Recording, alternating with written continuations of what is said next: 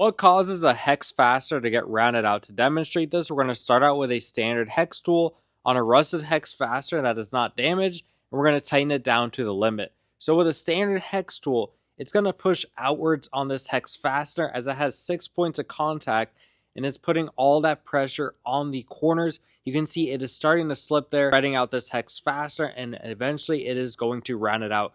So let's say you are tightening and loosening, or it's a common service item. Eventually that fastener is going to get damaged, and at a certain point this is going to happen, and it's going to completely round out, and then you're going to be out of luck. We're going to have to extract this fastener. And when you're already dealing with something that is rusted, you want to prevent that damage from happening as much as possible. So with GripEdge RPT Hex, it has rounding prevention technology that's going to prevent that from happening. So we're going to tighten down another rusted hex fastener that was not damaged when we started. We're tightening this down as much as we can.